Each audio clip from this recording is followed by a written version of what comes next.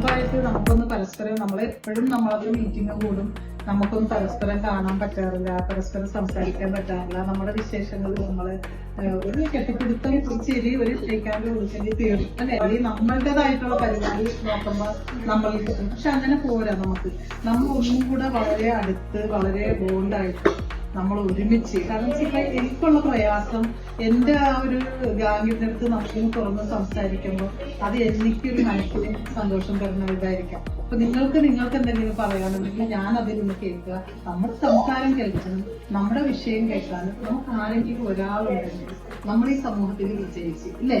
അതായിരിക്കണം ഒരു കൂട്ടിന്റെ ഒരു ശക്തി, ഒരു സംഘടനയുടെ ശക്തി, അല്ലെങ്കിൽ സ്ത്രീകളെ മുന്നോട്ട് നമ്മൾ നയിക്കുമ്പോഴുള്ള ശക്തി. അപ്പൊ റംസാനൊക്കെ എങ്ങനെ എല്ലാവരും നന്നായിട്ടൊക്കെ ഇതായി നോമ്പൊക്കെ എങ്ങനെയുണ്ട് അജി? നോമ്പ് തുടങ്ങിയിട്ട് എന്തായി നോമ്പിന്റെ കാലഘട്ടം? ഇവിടെ ഇപ്പൊ ഇന്ന് നമ്മൾ ഒരുമിച്ച് നോമ്പ് തുറ എങ്ങനെ ഉണ്ടായിരുന്നു? ഇതെന്റെ സെക്കൻഡ് ടൈമാണ്. പക്ഷെ സെക്കൻഡ് ടൈമായി ഇഫ്താറിന് പങ്കെടുക്കുന്നത്. പക്ഷെ ഇറ്റ് വാസ് നൈസ്. കുറച്ചു പേരെ ഉള്ളെങ്കിലും നമ്മളെല്ലാരും കൂടെ അങ്ങോട്ടും ഇങ്ങോട്ടും മനസ്സിലാക്കാനും എടുക്കാനും നമുക്ക് എനിക്ക് ഇവിടെ വരുമ്പോ ഈ could talk we can open up. അതാണ് one plus point I could find. നമ്മുടെ ഫ്രീക്വൻസിയിൽ മനസ്സിലാവാൻ പറ്റും. ചിലടത്ത് പോയാല് അവരുമായിട്ട് എങ്ങനെ സംസാരിക്കുന്ന ഒരു ഫീലിംഗ് വരും. പക്ഷെ ഐ കുഡ് കമ്മ്യൂണിക്കേറ്റ് ചെയ്യാൻ പറ്റും. അങ്ങനെ ഒരു ബൈ ദ ഗോഡ് ഗ്രേസ് അങ്ങനെ ഒരു ഇതുണ്ട്. എന്റെ പേര് രൂപന.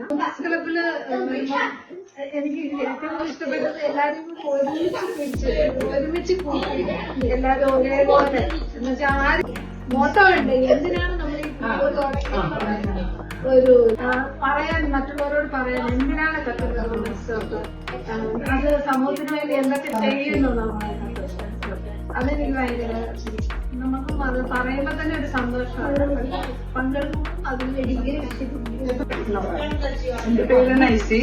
നമുക്ക് it's coming to us by God's grace. It is coming to us. So it is a blessing. ഇതൊരു വലിയൊരു നന്മ ചെയ്യാൻ പറ്റിയൊരു പ്ലാറ്റ്ഫോമായിട്ടാണ് എനിക്ക് തോന്നുന്നത്. So I thank you all. പബ്ലിക്കൊന്നും ആയിട്ട് സംസാരിക്കാറില്ല. Like I am a shy person. ഇതായില്ലേ കൈയായിരുന്നു പിന്നെ കൊഞ്ചി സ്വഭാവം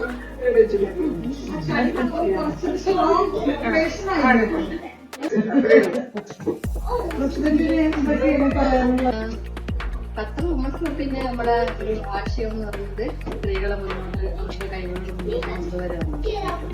അതുപോലെ തന്നെ സ്ത്രീകൾക്ക് ഒരു പ്ലാറ്റ്ഫോം അവരെ അവർക്ക് ഓപ്പണായിട്ട് പറയാനും അവര് എല്ലാ കാര്യങ്ങളും ഒരു ഓൺലൈൻ അതായിരുന്നു നമ്മൾ നല്ല ഭാഗമായി ഫസ്റ്റ് എനിക്ക് ഇതിനൊരു ഇതിനെ കുറിച്ച് എങ്ങനെ ഉണ്ടായിരുന്നു എല്ലാവരും അവസ്ഥ എനിക്കറിയില്ലായിരുന്നു. എല്ലാവരും ഇതിലെന്നെ അറിയാം, ഇതിൽ അറിയാം, അതിൽ തന്നെ അറിയാം അങ്ങനെ പല പരിപാടി. പക്ഷെ നിങ്ങളൊക്കെ ഇപ്പൊ അടുത്തറിഞ്ഞപ്പോ നമ്മുടെ വീട്ടിലുള്ളൊരു സ്വന്തം ആൾക്കാർ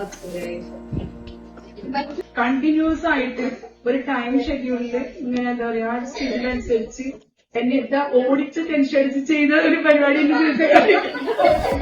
റൂബി മൽസ എന്ന് പറയുന്ന ഒരു കുട്ടിയുടെ ചികിത്സ സഹായമായിട്ട് ബന്ധപ്പെട്ട് ബിരിയാണി ചലഞ്ചിലൂടെയാണ് സോഷ്യൽ പ്രവർത്തന രംഗത്ത് വീണ്ടും ഖത്തറിൽ സ്റ്റാർട്ട് ചെയ്യുന്നത്.